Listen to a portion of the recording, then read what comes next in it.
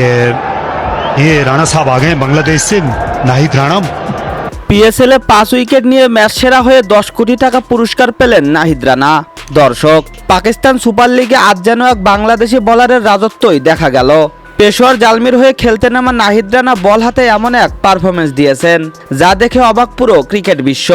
ম্যাচের শুরুতে টস জিতে ব্যাট করতে নামে মুলতান সুলতান, কিন্তু শুরু থেকেই নাহিদ রানার গতি ও সুইংয়ে কাঁপতে থাকে তাদের টপ অর্ডার। মাত্র 4 ওভারে 20 রান দিয়ে তুলে নেন গুরুত্বপূর্ণ 5টি উইকেট, যার মধ্যে 1 ওভারে 3 উইকেটের ধস নামিয়ে দেন এই তরুণ বোলার, যার ফলে মুলতান সুলতান গুটিয়ে যায় মাত্র 108 রানে। আর জবাবে পেশোয়ার জালমি মাত্র 13 ওভারে ম্যাচ শেষ করে দেয়। তবে আলোচনার কেন্দ্রবিন্দুতে একটাই নাম, নাহিদ রানা। ম্যাচ শেষে তাকে ম্যান অব দ্য ম্যাচ ঘোষণা করা হয়, আর সেখানেই আসে সবচেয়ে চমকপ্রদ ঘোষণা। নাহিদ রানাকে পারফরমেন্সের জন্য পুরস্কার হিসেবে দেওয়া হয় 10 কোটি টাকা। এমন বিরল পুরস্কার নিয়ে স্বাভাবিকভাবেই ভীষণ আবেগপ্রবণ হয়ে পড়েন নাহিদ। সংবাদ সম্মেলনে নাহিদ বলেন, এটা স্বপ্নের মতো লাগছে। আমি কখনো কল্পনাও করিনি একটা ম্যাচে 5 উইকেট নিয়ে 10 কোটি টাকার পুরস্কার পাবো। এটা শুধু আমার না, বাংলাদেশের তরুণ ক্রিকেটারদের জন্য বড় অনুপ্রেরণা। আমার লক্ষ্য এখন পিএসএল এর সেরা বোলার হওয়া।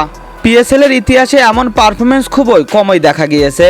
বিশেষ করে একজন বাংলাদেশি তরুণের কাছ থেকে এমন কিছু দেখাটা নিঃসন্দেহে গর্বের বিষয়।